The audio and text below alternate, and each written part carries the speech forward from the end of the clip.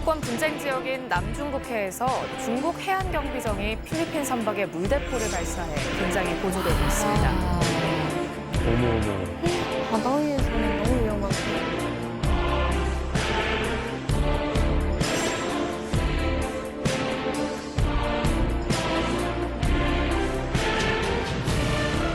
"任何外界无权对中方的有关活动说三道四，通过谈判和协商来和平的解决。"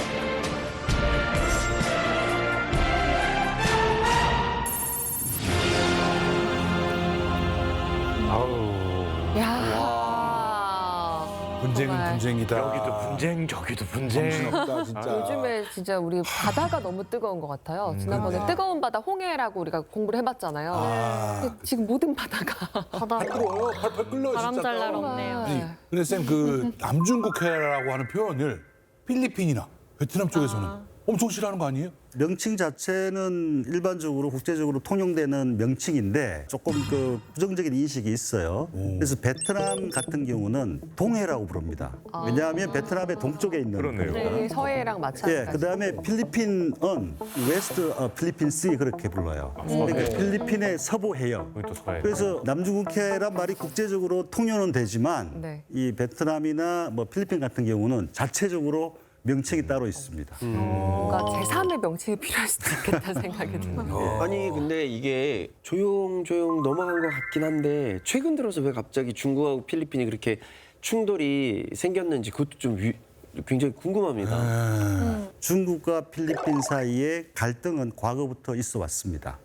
그런데 이제 과거에는 공개하지 않고 뭐 테이블 밑에서 조용하게 비공개로 뭐 협상을 한다든지 항의를 한다든지 주로 그랬거든요. 그런데 2022년 6월이죠. 그때 이제 취임한 마르코스 대통령이 기존의 그 조용한 외교 기조를 바꿔가지고 중국이 힘으로 하는 것을 언론에 공개를 해요. Our ship is currently moving away from the said Chinese vessels, but as you can see, there are at least 2 or 3 Chinese vessels tailing us. 그렇게 해서 국제적으로 비판하는 여론을 조성을 해서 중국에 대한 압력을 좀 넣으려고 하는 적극적인 보여주기 전략을 하고 있다고 볼 수 있어요. 그런데 이제 문제는 중국은 거기에 끔찍하지 않는 거죠. 어디가 좀 문제가 생기는 지역들일까요? 최근에 지금 중국과 이제 필리핀이 갈등을 하고 있는 지역은 남중국해 남쪽 지역 스프렐리 군도이고요. 보시면 스프렐리 군도에 70개 이상의 암초, 산호초, 모래톱, 사구 이런 게 많습니다. 그리고 이 스프렐리 군도를 보시면 말레이시아, 베트남, 필리핀에 배타적 경제 수역이 겹쳐져 있어요. 그래서 이 스프렐리 군도를 둘러싼 남중국해 지역은 세계에서 그 이 영유권 분쟁이 가장 복잡하게 얽힌 그런 지역이고요. 최근에 충돌이 일어난 곳은 저기 세컨 토머스 암초고요. 저기 지금 세컨 토머스 암초 같은 경우는 2023년 2월에 중국 해경이 필리핀 해경선에 대해서 군사용 레이저를 쐈어요. 그래서 필리핀 해경 성조원들이 일시적으로 시력에 문제가 있었다고 보도가 되고 있고요. 그다음에 스카보로 암초라고 있습니다. 거기에서 지난 4월 30일에 중국 해경이 스카보로 암초는 중국의 해역입니다. 나가주세요 하면서 물대포를 공격을 한 거죠. 근데 이게 지도로만 봐도 누가 봐도 필리핀의 근처에 더 가까운 군도고 암초인데 그러게요. 중국은 꽤 먼데도 자기 거라고 막 이렇게 우길 수가 있구나. 중국은 꽤 먼 정도가 아니라 너무 먼데요. 멀잖아.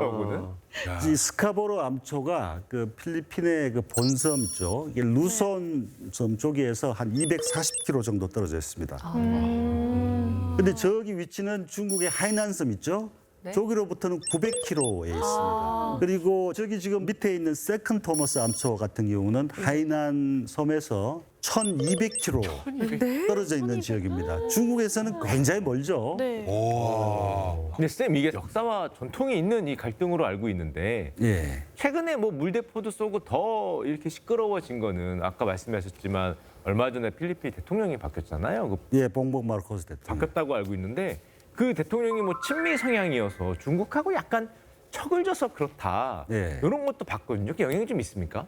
지금 친미는 맞는데 그 마르코스 대통령이 처음부터 친미는 아니었어요. 그전에 대통령 선거에서 외교 분야에서 마르코스 대통령의 모토가 뭐냐 하면 모든 나라와 친하게 지내고 어떤 나라도 적으로 만들지 말자.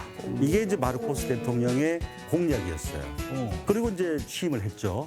하고 난 다음에 해외 순방을 합니다.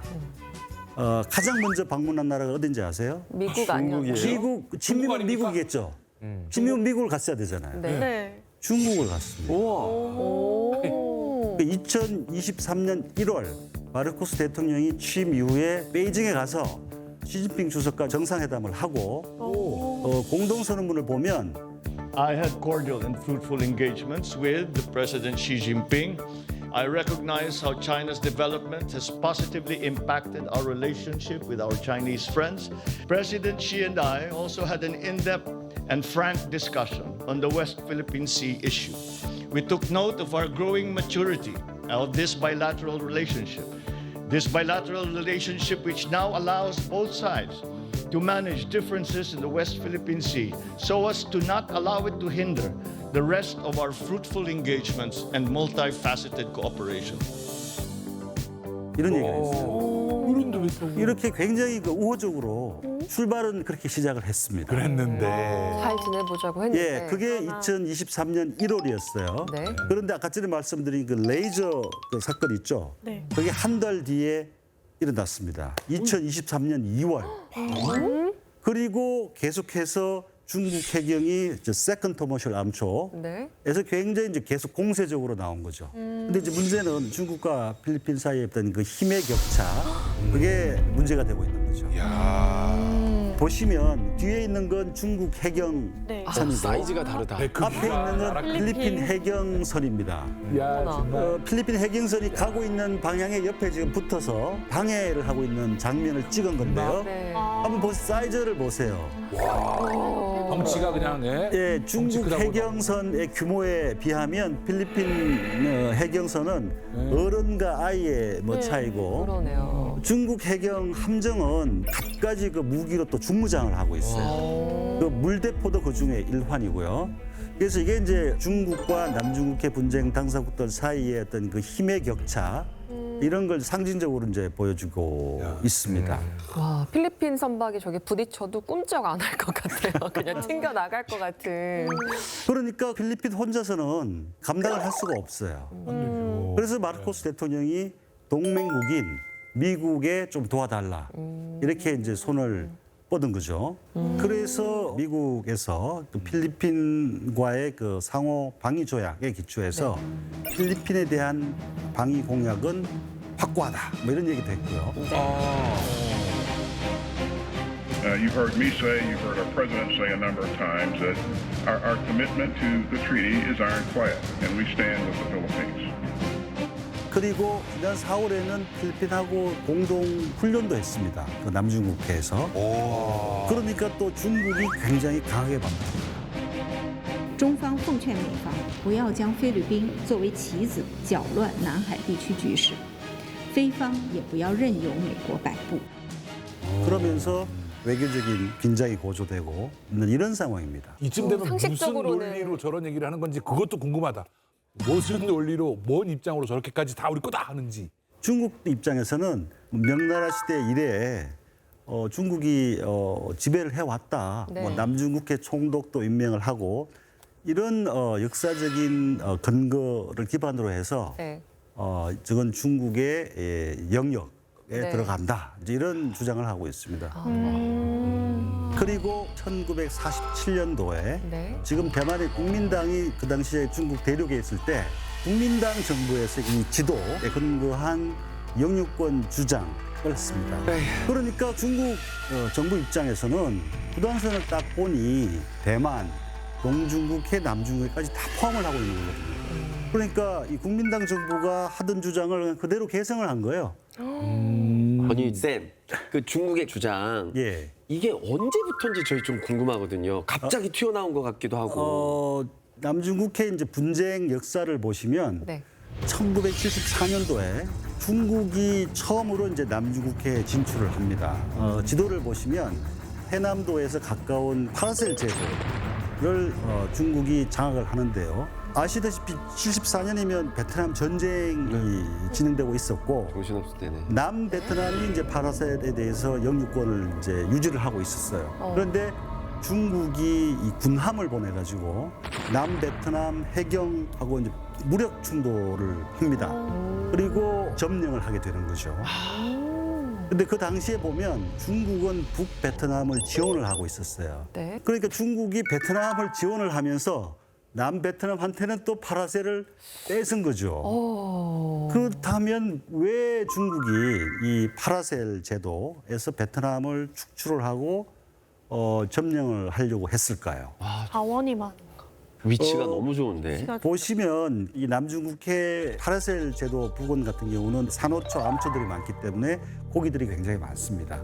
그런데다가 남중국해에 엄청난 그 자원이 매장돼 있다라고 하는 게 확인이 됐습니다. 무슨 자원인가요? 석유, 아. 천연가스, 그다음에 인도양 쪽에서 상선이나 에너지를 수송하는 선박들이 일본이나 한국 쪽, 대만 쪽을 거쳐서 가려면 네. 반드시 지나가야 돼요. 요길을요? 예, 그러니까 굉장히 중요한 해상 수송로고 네. 전략적으로 요충이고요. 그래서 내 거야 하면서 이제 실력 행사를 1974년도에 처음 한 거죠. 이게 중국의 남중국해의 첫 번째 실질적인 진출이라고 볼 수가 있습니다.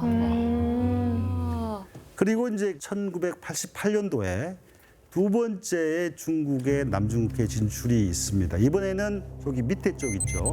스프렐리 군도인데요. 네. 88년도에 중국 해경이 베트남이 시료 지배를 하고 있던 그 스프렐리 군도를 진출해서 베트남과 해전을 합니다. 그래서 베트남 해경선 세척 정도를 침몰을 시키고 베트남 해군 한 70명 가까이가 사망을 하고 이런 많이 굉장히 본격적인 해전입니다. 해전. 그 당시에 베트남이 일방적으로 중국한테 당했거든요. 네. 그런데 그냥 반격을 안 하고 거기서 그냥 지났어요. 왜 그러냐면 그런가요?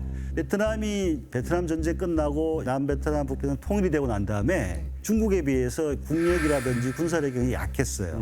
그다음에 베트남이나 중국이나 다 같은 그 공산주의 국가 아니겠습니까? 그러니까 이제 베트남 입장에서는 뭐 중국으로부터 경제적인 지원이라든지 이런 걸 기대하고 있었기 때문에 그냥 지난 거죠. 그래서 1988년도에 6개 지역을 중국이 확보를 점령을 하게 됩니다. 교수님 말씀을 쭉 들어보니까 뭔가 한 번에 그냥 중국 해선들이 쫙 막 군함들이 맞고 지금부터 이거야 이건 아니고 뭔가 천천히 한 땀 한 땀 가져가겠다 이런 모습이 그렇죠. 88년도만 해도 중국이 개혁 개방을 시작한 지 얼마 안 됐어요. 그래서 본격적으로 해양 진출을 확대를 할 여력이 없었습니다. 그래서 그대로 그냥 있다가 네. 90년대 중후반, 2000년대 오면 중국이 개혁 개방을 하면서 경제력이 커졌잖아요. 그 군사력도 확장이 되면서 남중국해 공세가 좀 더 세지게 된 거죠. 그러면 세 번째로 충돌한 지점 그곳은 어디? 세 번째로 중국이 이제 진출한 지점이 스프렐리 군도에서 필리핀 팔라완 섬에 굉장히 가까이 있는 미스치프 암초입니다. 저게 중국이 진출하기 전에 필리핀이 시료 지배를 하고 있던 지역인데 저기 팔라완 섬에서 300km. 너무 가까운데요. 거기는 그 영해 아닌가요?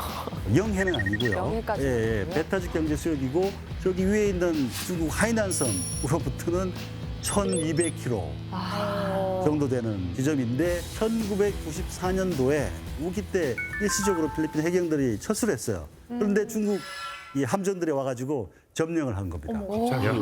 날씨까지 기후까지 노려서 그래서 아니 뻐꾸기 둥지도 아니고 예, 살짝 비워놨는데 그러니까, 갑자기 possibly. 들어와서 여긴 내 집이야 이런 건가? 계속 보고 있었다는 거잖아요. 거의 전쟁 아닙니까 그 정도면? 이게 이제 중국의 남중국해 진출의 이제 세 번째 주요한 진출인데 보시다시피 왼쪽이 95년도에 중국이 설치한 임시 구조물입니다.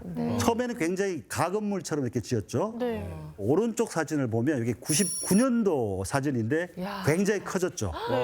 쌤 그러면 이렇게 시설물이 좀 더 커진 게 여기다 그러면 이제 결국은 군대 그냥 주둔시키려고 우리 거야 이거 하려고. 그런 느낌이 드세요? 왜 그렇게 갑자기 점령한 거니까. 예, 필리핀도 그런 이제 의심을 했습니다. 그래서 중국과 필리핀이 한 4년 정도 이렇게 협상을 합니다. 네. 협상을 해서 99년도에 양해각서를 만들어요. 여기 이제 요 양해각서를 보시면 미스치프 암초는 민간 용도로 사용이 됩니다. 이런 게 있고요. 그리고 필리핀과의 어떤 신뢰 구축 이런 걸 위해서 그걸 적극적으로 검토를 하겠다. 이런 또 이 내용이 있어요. 검토만. 검토하고 나면 잘 안 해주는데. 그런데 필리핀 입장에서는 중국이 이렇게 임시 구조물을 막 확대를 하고 그러니까 이거 그냥 믿을 수가 없다. 그래서 미군으로부터 이 양도받은 못 쓰는 군함이 있어요. 이걸 일부러 좌초를 시킵니다. 그리고 여기다가 필리핀 해병대원 한 12명 정도를 상주를 시켜요. 그런데 정기적으로 물이라든지 음식이라든지 이걸 공급을 해야 돼요. 그걸 중국이 지금까지는 간섭을 안 했어요. 작년 2월부터 그때부터 막는다든지 물대포를 쏜다든지 실력으로 압박을 한다는 거죠. 그래서 필리핀 주도로 동남아 국가들하고 연합을 해서 2002년에 중국도 동참을 시켜서 남중국해 행동선언이라고 하는 공동 문서를 만들었어요. 벌써 문서가 한 3번째 등장하는 것 같긴 한데요. 무슨 뜻인가요? 그런데 남중국해 행동 규범이라고 하는 걸 만들기 위한 협상이 또 지금까지 진행이 되고 있습니다. 지금까지요? 그거 아까 지금까지 진행이 되고 20년 동안 그런 행동을 어떻게 할 건지를 정하자는 행동을 아직도 안 하고 있다는 얘기네요. 예, 하고 있습니다. 그걸 안정하고 행동을 계속 하자는 행동을 아직 안 하고 있는 예, 거죠. 협상을 하고 있고요. 그리고 이제 2009년이 되면 네. 필리핀하고 말레이시아가 UN 그 대륙붕 한계위원회에 네. 우리의 배타적 경제 수역은 이렇습니다 하고 그 주장을 적은 걸 신청을 내요. 근데 중국도 반박 차원에서 이 남중국해에다가 구단선을 그린 지도를 UN 대륙붕 한계위원회에 제출을 합니다. 야. 이게 이제 중국의 그 구단선에 기초한 영유권 주장이 국제적으로 공식적으로 드러난 그 첫 케이스, 그러니까 계기가 맞불 된 겁니다. 같은 서로 그 전까진 카더라 부딪혔네요. 느낌이었구나. 국제기구에서 이렇게 공식적으로 부딪힌 거죠. 네네네. 그리고 나서 또 2012년도에 중국의 4번째 진출이 있습니다. 그게 얼마 전에 그 물대포 사건이 일어났던 이 스카보로 암초입니다. 어떤 일이 있었냐면 중국 어부들이 와가지고 멸종 위기에 처한 대왕조개를 거기서 많이 잡았어요.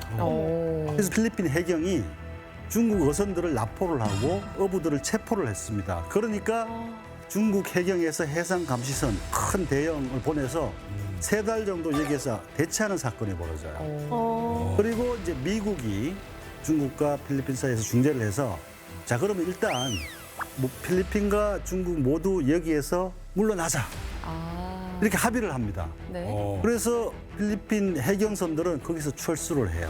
근데 중국 해상감시선하고 네. 중국 해경들은 그대로 있는 거예요. 그리고 거기를 점령을 합니다. 어머. 합의를 했는데 예, 합의서를 안 써서 그래.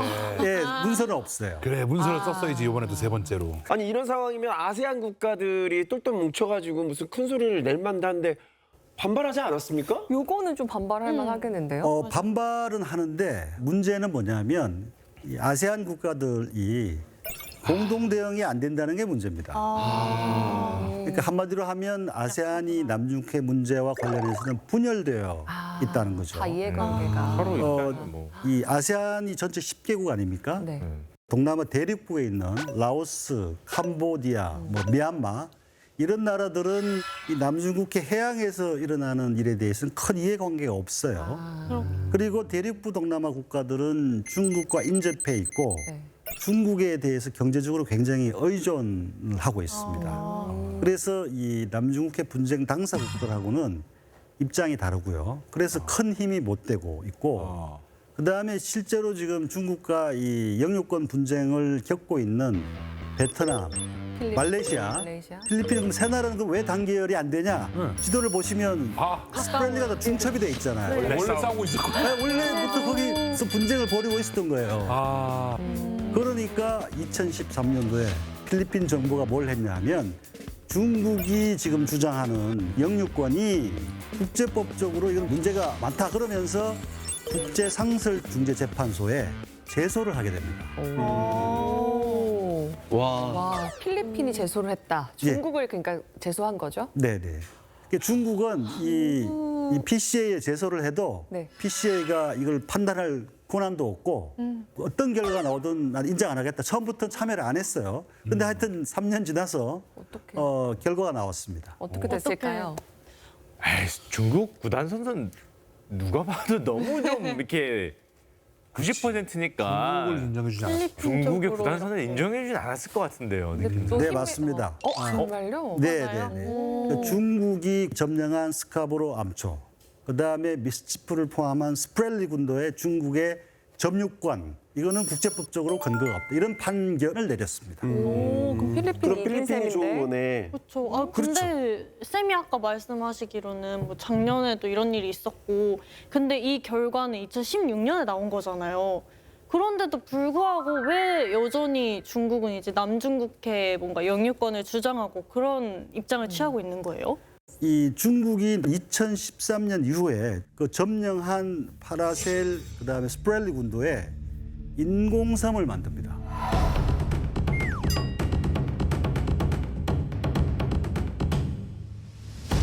중국이 영유권 분쟁 해역인 남중국해 인공섬에 대공포와 경납고까지 구축하고 있는 것으로 드러났습니다. 남중국해 분쟁이 이게 미중 간의 충돌로 벌어질 수 있는 거 아니냐. 네, 그럴 가능성이 점점 커지고 있다고. 중국이 자국 영토로 표시한 공식 표준 지도를 공개했습니다. 필리핀, 베트남 등과 영유권 분쟁을 벌이는 남중국해 9단선에 더해 타이완도 영토로 명시한 10단선을 표시했습니다. This is counter-normative behavior. It's dangerous, it's risky, and it tempts a crisis that could lead to an incident that could lead to some kind of crisis or conflict. 그리고 이제 시진핑 주석이 미국이 남중국해에서 감히 하라.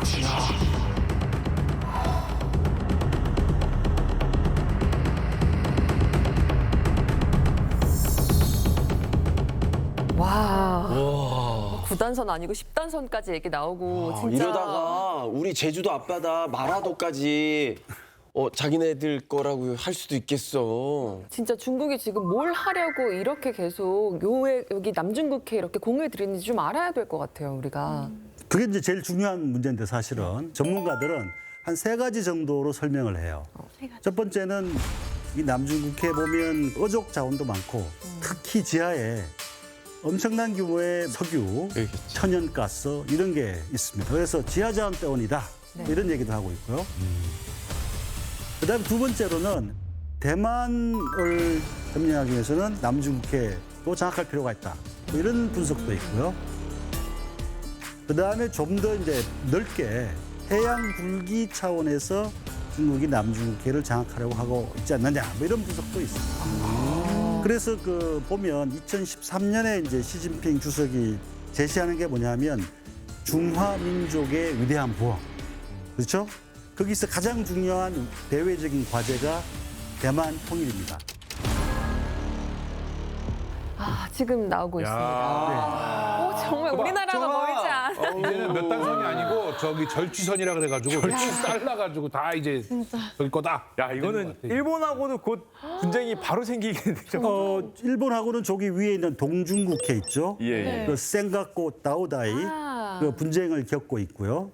근데 한번 보세요. 그 중국 입장에서는 해양으로 진출을 하기 위해서는 대만 통일도 중요하지만 서태평양으로 진출을 하고 하려면 동중국해 그다음에 대만 이때 남중국해로 이어지는 있죠.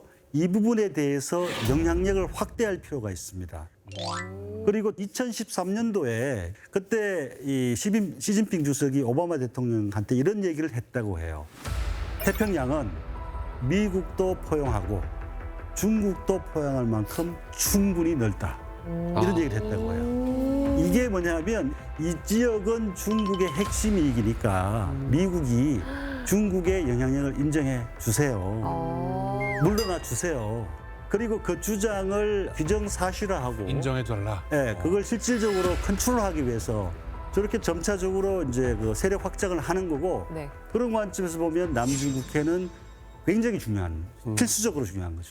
야, 그거를 다들 열심히 봐야 싸움 될것 나겠구나. 아니 근데 쌤, 중국이 뭐 하루 이틀 만에 군사기지를 그냥 뚝딱 만드는 건 아닐 텐데 그럼 미군이나 국제사회나 이런 데서 왜 막지 않은 겁니까? 그거 뭐 하는 겁니까? 뭐 이런 걸 왜 아무도 태클을 안 걸었나요? 중국이 2013년부터 남중국해 지역에 인공섬을 만들고 하는 걸 미국이 잘 알고 있으면서도 당시 오바마 행정부 같은 경우는 기후변화 문제를 비롯해가지고 중국과의 협력을 굉장히 중요시했습니다. 그래서 중국 입장에서는 미국이 중국하고 협력을 굉장히 강조를 하고 있기 때문에 저렇게 남중국해 점령한 암초, 산호초에 인공섬을 짓고 군사기지를 설치해도 뭐 크게 미국이 뭘 이렇게 반발하지 않을 거야. 나도 좀 컸어 이제. 네, 이런 전략적인 계산을 했어요. 그 화면을 보시면 이 사진이 2015년에 그 중국판 트위터 있죠? 그 웨이보에 네. 올라온 사진인데 당시 여기서 일하고 있던 중국 근로자가 올린 거 찍어서 올린 거래요. 왼쪽에 보면 뭐 뒤에 포크레인부터 해가지고 저게 파라셀 군도의 우디섬 그 크게 만들었다는. 인공섬 매립하는 거고요. 오른쪽에 보면 해안가에 표판이 있는데 보시면 뭐 해안 공고화, 사명 완수, 뭐 나라를 빛내자 뭐 이런 표판이 있습니다. 저런 문구 보면 그냥 뭐 휴양지 만들 때 쓰는 문구 아니고 군대 같은 데서 하는 문구 같거든요. 누가 봐도. 여러 가지 의심이 있었는데 2015년 9월에 시진핑 주석이 미국을 방문합니다. 그래서 오바마 대통령과 정상회담을 하고 후에 이제 그 로즈 가든에서 기자회견을 해요. 그리고 그 기자회견에서 중국은 남중국해 인공섬을 군사화할 의도가 전혀 없습니다. 이런 얘기를 해요. 그 기자회견에서. 근데 그거를 아무 때나 맘 바뀌면 바꿀 수 있는 거 아닙니까? 참 미국은 저런 걸 이렇게 얘기하면 또 다 믿어. 뒤통수 맞아. 믿지 않았겠지. 믿진 않았겠죠. 그런 설마. 그냥 대응까지 안 했던 거 아닌가요? 동양 철학을 모른단 말이야. 저 서양 분들이. 믿었을 수도 있고 그렇게 크게 뭐 이게 중요하지 않다. 뭐 인공섬 짓고 설사 거기에 군사기지를 설치를 해서 군사화 하더라도 필요한 경우에는 뭐 무력화시킬 수 있다. 이렇게 생각을 했던 것 같아요. 위협까지는 아니었던가 봐요. 네네네. 그래서 2013년부터 인공섬을 만들고 난 다음에 굉장히 대범하게 행동을 합니다. 그 이후로 대범해졌어. 대범한 행동은 여기서 더 나가나요? 뭐야? 우와. 활주로. 파라셀 군도의 가장 큰 우디섬인데요. 중국의 남중국해 해군 기지, 주요 기지 중에 하나인데 보시면 거의 다 완성됐어. 활주로가 있어요. 그 활주로가 한 3km 됩니다. 그리고 제일 오른쪽 사진에 보면 전투기, 중국 전투기가 있습니다. 저게 중국 주요 그 핵심 그 전투기인 선양 제11 전투기라고 해요. 저기서 2018년 이렇게 되면 저 활주로에서 중국 전투기가 발진하는 모습이 관찰이 되었다고 하고 실제로 2020년 미국 로널드 레이건 항공전단이 남중국해에 진입했던 적이 있는데 그때 중국군 제11B 전투기가 우디섬에서 발진해서 전개됐다는 보도가 있었습니다. 자, 또 그 사진을 보여드리면 이게 이제 미스치프 암초입니다. 제일 왼쪽 사진이 인공섬을 만들기 전 자연 모습이에요. 그다음에 중간 사진이 보면 인공섬을 만들고 설치한 건데 위에가 이제 하얀색이 땅이 된 건가요? 네. 저기도 활주로가 있습니다. 저기 활주로는 2.7km. 그리고 활주로 이외에 전투기라든지 대형 수송기를 경납할 수 있는 경납고가 있고요. 그다음에 레이더, 대형 항만 시설, 방공 시설 그렇게 지금 파악이 됩니다. 근데 진짜 이거 곳곳에 지금 북쪽에 만들고 남쪽에 만들고 이거 여러 개 진짜 만들고 있나 봐요. 뭔가 대체. 점차적으로 많아질 것 같다라는 예상도 들기는 하는데 그러면 지금 현재 뭐 남중국해에 이런 군사기지가 총 몇 군데나 있는 거예요? 올해 초에 나온 그 최신 그 분석 보고서에 의하면 네. 남중국해 북쪽 있죠. 파라셀 제도에는 군사기지가 6개가 있고요. 중국 거요 다. 예. 그다음에 이제 남쪽 있죠. 네. 스프렐리 군도에는 7개가 있습니다. 아이고. 저기 이제 그 7개 군사 기지를 설치한 표시가 되어 있는 건데요. 13곳. 저기 7개 중에서 미스치프 암초, 네. 수비 암초, 파이어리 크로스 암초가 대형 군사기지입니다. 그런데 이제 최근 보도에 의하면 중국이 저 3개 암초를 지하로 연결을 해서 지하 통로를 지금 만드는 걸 검토를 하고 있다고요. 바다 밑으로 터널까지 이렇게만. 그럼 여기 필리핀은 이쪽에다 그럼 짓진 않는 거예요? 이쪽 스플래틀리 군도에? 필리핀도 저기 시료 지배하고 있는 암초들이 있습니다.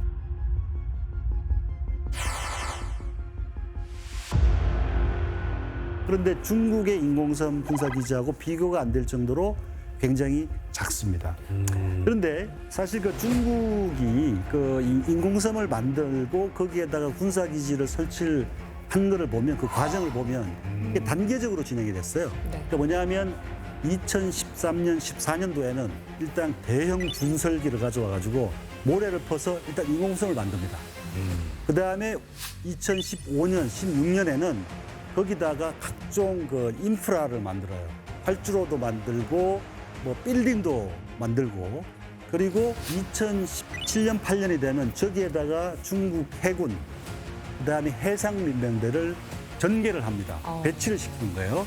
그리고 고성능 무기들도 저기에 설치를 합니다. 정말 거기도 야금야금. 그래서 2018년이 되면 이제는 중국이 남중국해 전역에 대해서 상시적으로 감찰을 할 수가 있고 그다음에 군사적으로도 이제 중국의 작전 반경에 다 들어와 있는 거예요.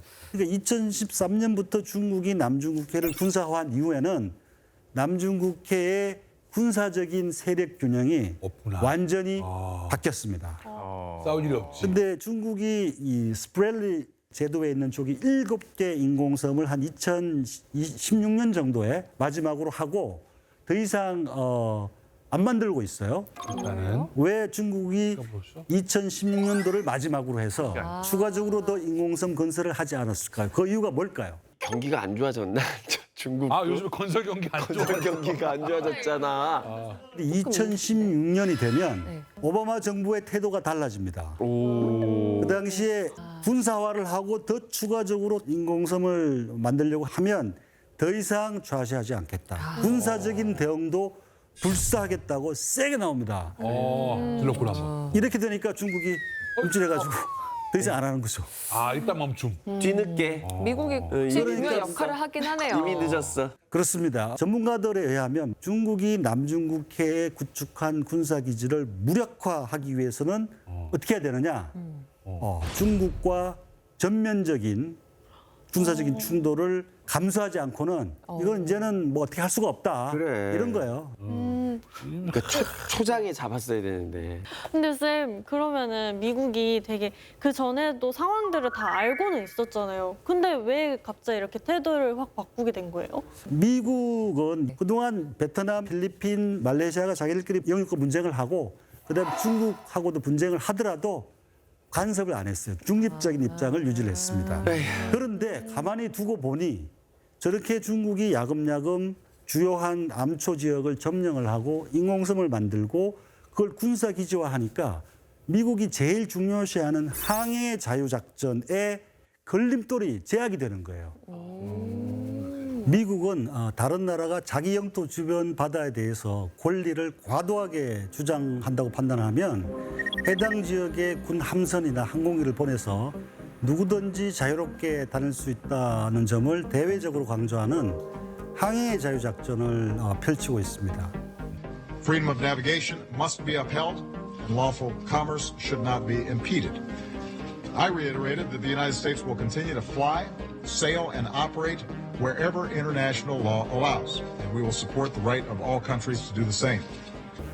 그래서 오바마 정부 말기에 1년 동안만 3차례 이상 남중국해에서 항해 자유작전을 펼쳤고 트럼프 정부 들어서는 항해 자유 작전 횟수가 이전에 비해서 대폭 확대됩니다. 미국도 남중국해 상황이 굉장히 심각하다. 뭐 이렇게 보고 있는 거죠. 그러니까 남중국해 분쟁이 이게 미중 간의 충돌로 벌어질 수 있는 거 아니냐, 번지겠다. 진짜. 이런 얘기도 나오고 있는데 쌤 의견은 어떠십니까? 네, 그럴 가능성이 점점 커지고 있다고. no. 왜 그러냐면 미국이 남중국해에서 항해 자유 작전을 하잖아요. 그러면 중국이 구축한 남중국해 군사기지에서 전투기가 발진을 합니다. 미군 구축함이 일명 항행의 자유 작전에 나서자 중국 측도 즉각 군함과 전투기를 보내 맞섰습니다. 是严重的政治和军事挑衅行动，中方对美方的有关行径表示强烈的不满和坚决反对。 이게 우발적인 충돌 가능성이 있고요. 실제로 2016년에 시진핑 주석이 남중국해를 2차례 직접 방문을 해서 시찰을 했다고 해요. 그러면서 장병들한테 만약에 돌발 상황이 발생을 하면 언제든지 발포하고 반격을 해서 미국이 남중국해에서 감히 경거망동하지 못하도록 하라 지시를 했다고 합니다. 쌤, 만약에 미중 간의 충돌이 진짜 일어나게 되면 우리나라도 영향 많이 받겠죠? 그렇습니다. 남중국해에서 일어나는 일들이 우리나라에 대해서 우리나라의 외교적으로 경제적으로 엄청난 영향이 있습니다. 그렇기 때문에 남중국해 분쟁 당사국들 사이에서 이 문제가 평화적으로 해결되는 것도 중요한데 남중국해의 이해관계를 가지고 있는 우리나라 같은 국가들도 뭔가 할 수 있는 적극적인 노력을 할 필요가 있다. 이렇게 생각을 하고 있습니다. 네. 영상을 보고 더 얘기를 하시죠. 네.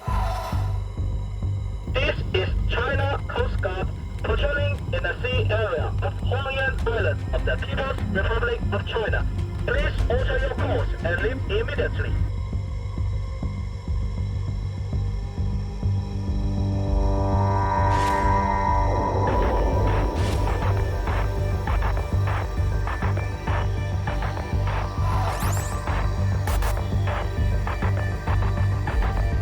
Any attack on Philippine aircraft, vessels, or armed forces in the South China Sea would invoke our Mutual Defense Treaty.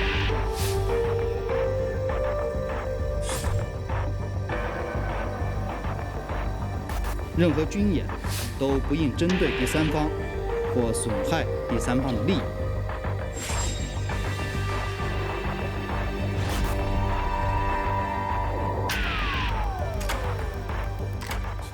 이게 갈등이 이게. 사실 멘트만 보면 중동의 분쟁보다는 조금 수위가 약해 보이지만 행동을 보면 굉장히 지금 위험한 단계까지 올라온 것 같아요. 근데 이게 바다랑 땅이 값이 다른 것 같아, 느낌이. 그러니까 땅은 사람이 직접 살고 이러니까 분쟁을 해서 뭐 하면 누가 죽을 것 같고 막 즉각적인 바로 그런 반응이. 즉각적인데 바다는 뭐 싸워봐야 바닷물 위에다가 폭탄 몇 개 털고 뭐 배 한두 척 없어지고 이렇게 생각하니까 우리가 뭐 또 눈에 안 보이잖아. 되게 똑똑하지. 여봐요. 그러면 앞으로는 지금처럼 이 정도 수준이 아니라 정말 본격적인 뭐 미국과 중국의 대결이나 아니면은 옆에 있는 국가들이 힘이 약하니까 서로 손을 잡고 또 뭐 미국하고 손을 잡고 뭐 중국하고 대응하든지 이런 식으로 더 악화일로로 좀 갈 거 같거든요. 일단 이 남중국해가 세계에서 가장 중요한 해상 교통로 중에 하나입니다. 세계 무역의 한 3분의 1 큰 컨테이너 선들 있지 않습니까? 그러니까 아시아 지역에서 유럽으로 가는 컨테이너 선들은 다 여기를 지나가고 있어요. 우리나라도 수출 그쪽으로 그러면? 그렇죠. 돈이 지나가는 곳이네요, 사실. 그렇죠. 근데 이제 이렇게 중요한 남중국해 지역에 대해서 2016년에 국제 상설 중재 재판소에서 이제 그 결정이 나왔는데도 불구하고 중국은 그걸 무시하고 있고 그다음에 중국이 베트남, 말레이시아, 필리핀 압박을 하고 있고 그렇기 때문에 미국 입장에서는 이건 이제 더 이상 두고 볼 수 없는 거예요. 그러니까 바이든 정부 들어서 이제 여러 가지 이런 그 중국의 남중국해 세력 확장에 대해서 대응을 하는 그런 그 국제적인 움직임들이 좀 더 구체화되고 있습니다. 예를 들어 대표적인 게 쿼드라고 들어보셨어요? 쿼드? 쿼드 우리 배웠잖아. 우리가 배웠습니다. 자, 나라를 꼽아볼까요? 예, 자, 미국. 쿼드가 그 네 가지 나라가 이렇게 모르는 시청자 여러분들을 위해서 선생님께서 좀 설명해 주실까요? 쿼드에는 이제 미국, 일본, 그다음에 호주, 인도 이 네 나라가 참여를 하고 있는데 그렇죠. 협력 의제가 뭐 기후 변화, 그다음에 제조업 공급망, 그다음 첨단 기술 뭐 이런 거 관련해서 협력을 하자 이렇습니다. 그래서 쿼드 자체는 군사 협력을 논의하지도 않아요. 근데 그 대신에 공동 선언문을 보면 남중국해에서 국제법 준수가 중요하다. 항행의 자유가 지켜져야 된다. 이런 뭐 이 문구들이 있어요. 그것도 들어가 있어. 그런데 이제 중국은 쿼드를 몇 개 나라만 규합해가지고 중국하고 사회 이간질을 하고 중국을 비판을 하고 그래서 결국은 아시아판 나토를 만들어가지고 중국을 고립시키려고 하고 있다라고 하면서 또 중국은 강력하게 반발을 하고 있습니다. 네, 얼마 전에 미국, 일본, 필리핀이 정상회의를 했잖아요. 그리고 나서 또 나토, 아시아판 나토 얘기가 다시 한번 또 나오는 것 같더라고요. 맞습니다. 그런데 그 인도태평양 지역에서는 각 나라마다 안보적인 이해관계가 달라요. 그래서 나토 같은 그런 집단 방위 체제를 만들기에는 어렵습니다. 그래서 미국 컷 캠벨 국무부 장관이 미국의 의도는 아시아판 나토를 만드는 게 아니다 이런 얘기를 했어요.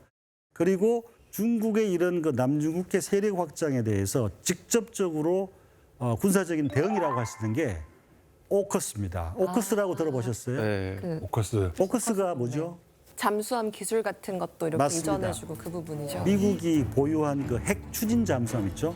핵 추진 잠수함 기술을 호주에 이전을 해서 호주가 이 핵 추진 잠수함을 만들 수 있는 능력을 확보를 하고 중국의 남중국해 어떤 그 진출 있죠. 여기에 대해서 군사적 견제를 하도록 하려고 하는 이제 일종의 군사 협의체예요. 그런데 이제 문제는 추진 잠수함을 만들려면 시간도 많이 걸리고 이 오커스 안보 협력이 이 구체화되어서 현실화되는 건 한 20년, 30년 걸립니다. 이 장기 프로젝트예요. 그래서 당장 뭐 오커스 안보 협력을 발표했다고 해서 중국에 대해서 군사적으로 견제가 되는 건 아니에요. 그런데 이제 오커스라든지 이걸 발표를 하게 되면 가만두지 않을 거야, 견제할 거야. 중국에 대해서 일종의 전략적인 시그널인 거죠. 그리고 이제 사진에서 보시다시피 2013년 이후에 필리핀이 유사시에 미국 해군, 공군이 사용할 수 있는 걸 허용해 줬어요. 근데 작년 3월 달에 기존의 5개의 군사기지에 추가해서 4개의 군사기지를 더 사용할 수 있도록 추가적으로 허용을 했습니다. 새로 확보된 군사기지를 보면 대만과 굉장히 가깝습니다. 그래서 지금 중국이 대만에 대한 무력으로 통일하겠다라고 이제 공언을 하고 있는데 미국 입장에서는 대만 유사시에 저기 필리핀에서 확보한 저 군사기지들이 일종의 후방기지 역할을 할 수가 있는 겁니다. 그러니까 중국의 남중국해에 대한 군사적 진출, 대만 문제하고 다 연결이 돼 있는 거죠. 그럼요, 쌤. 제가 이야기를 계속 듣다 보니까 정말 많은 나라가 엮여 있는 것 같은데 그중에 우리나라도 되게 꽤 깊은 관련이 있다고 생각이 들거든요. 우리나라는 남중국해에 대해서 어떤 노력들을 해가면 좋을까요? 맞습니다. 우리나라는 그 무역으로 경제 성장을 한 나라잖아요. 그래서 우리나라 무역의 한 40% 이상, 그다음에 우리나라가 수입하는 에너지의 절반 이상이 남중국해를 통해서 들어옵니다. 그러니까 남중국해는 우리한테는 굉장히 중요한 해양 수상로고 의도적이든 우발적이든 남중국해에서 무슨 일이 나서 남중국해 해양 수상로가 봉쇄가 되면 우리한테는 엄청난 타격입니다. 일부 분석에 의하면 단기간에 우리나라 경제가 마비될 수도 있다. 이런 분석도 제기가 되고 있습니다. 산업이다. 그래서 이제 남중국해 문제에 관련해서 그럼 한국은 어떻게 대응해야 되느냐 몇 가지 제안을 드려볼까 합니다. 첫 번째는 일단 그 남중국해 당사국들 있잖아요. 뭐 말레이시아, 필리핀, 베트남 같은 나라들 협력을 강화를 하고 전략적인 소통을 강화할 필요가 있다. 그래서 이들 나라가 좀 더 해양 안보 능력이라든지 해상 감시 능력을 강화를 할 수 있도록 한국도 뭔가 역할을 하는 그런 모습을 좀 보여줄 필요가 있고요. 그다음에 두 번째로는 경제안보 차원에서 만약에 남중국해에서 군사 충돌이 일어난다든지 아니면 해양 수송로가 봉쇄가 됐을 경우에 우리가 어떻게 대응을 할 거냐라고 하는 일종의 대응 계획을 면밀한 시나리오를 만들어서 준비를 대비책을 만들 필요가 있다. 네. 라는 이게 좀 중요하다고 생각이 들고요. 네. 그리고 이제 마지막으로 이게 이제 가장 중요한 건데요. 이게 해양안보 문제입니다. 여기에 대해서 우리나라가 어떻게 대응할지에 대해서 원칙을 정립을 하고 거기에 대해서 일관되게 대응하는 그런 노력이 필요하다고 생각을 합니다. 무슨 얘기냐 하면 이게 쉬운 얘기가 아니에요. 왜냐하면 이게 중국이 관련돼 있는 얘기이기 때문에 작년 8월 이후에 이 남중국해에서 중국과 필리핀 사이에 물대포 사건이 일어나고 해서 우리나라 정부가 거기에 대해서 우려 표시를 했어요. 네. 이 외교부 대변인이 성명도 발표하고 얘기를 했는데 거기에 대해서 중국이 굉장히 강하게 반발합니다. 韩国不是南海问题的当事方，近来的有关做法无助于维护南海的和平稳定，更不利于中韩关系发展。 남중국해 문제는 단순하게 얘기하면 힘센 나라가 자기 맘대로 땅 따먹기를 하도록 힘에 의한 현상 변경 행위를 그대로 허용을 할 거냐 아니면 국제법에 기초한 해양 질서가 유지될 수 있느냐 그리고 그걸 위해서 한국이 어떤 역할을 할 수 있느냐 이런 문제라고 봅니다. 그래서 그런 관점에서 한국이 국익과 국제법적 원칙을 중심에 놓고 대항할 필요가 있다 이런 생각을 하고 있습니다. 네, 남중국해 상황을 들으면서 사실 우리나라 서해가 생각났습니다. 중국 어선들이 서해에서 불법 조업을 막 하잖아요. 쌤이 생각하실 때도 남중국해 문제도 그렇고 또 우리나라 서해 문제를 풀어나갈 때 가장 중요한 것이 무엇일까요? 혹시 저희 국립외교원에 한번 와 보신 적 있어요? 아니요. 가보고 싶습니다. 저희 국립외교원에 오시면 본관 입구에 고려 때 그 외교관 서희 동상이 있습니다. 혹시 그 서희의 외교담판이라고 들어보셨어요? 네. 간단하게 말씀드리면 고려 성종 때 서희가 고려를 침공한 그란과의 외교 협상을 통해서 강동 육주를 획득하는 성과를 만들어낸 일화인데요. 그래서 이게 외교 전략의 중요성을 얘기하는 굉장히 중요한 일화라고 할 수가 있습니다. 네. 그래서 남중국해 문제에 있어서도 한국이 이 안정적인 해양 수송로 확보라고 하는 우리의 국익, 그다음에 국제법 원칙에 기초한 해양 질서의 유지라고 하는 원칙에 기초를 해서 다른 이해 당사국들과 협력할 필요가 있고 중국과도 우호적으로 이런 서희의 어떤 그 외교 전략을 본받아서 지혜롭게 전략적으로 대처를 하면 앞으로 잘 풀어나갈 수 있지 않나 이런 생각을 하고 있습니다. 좋습니다.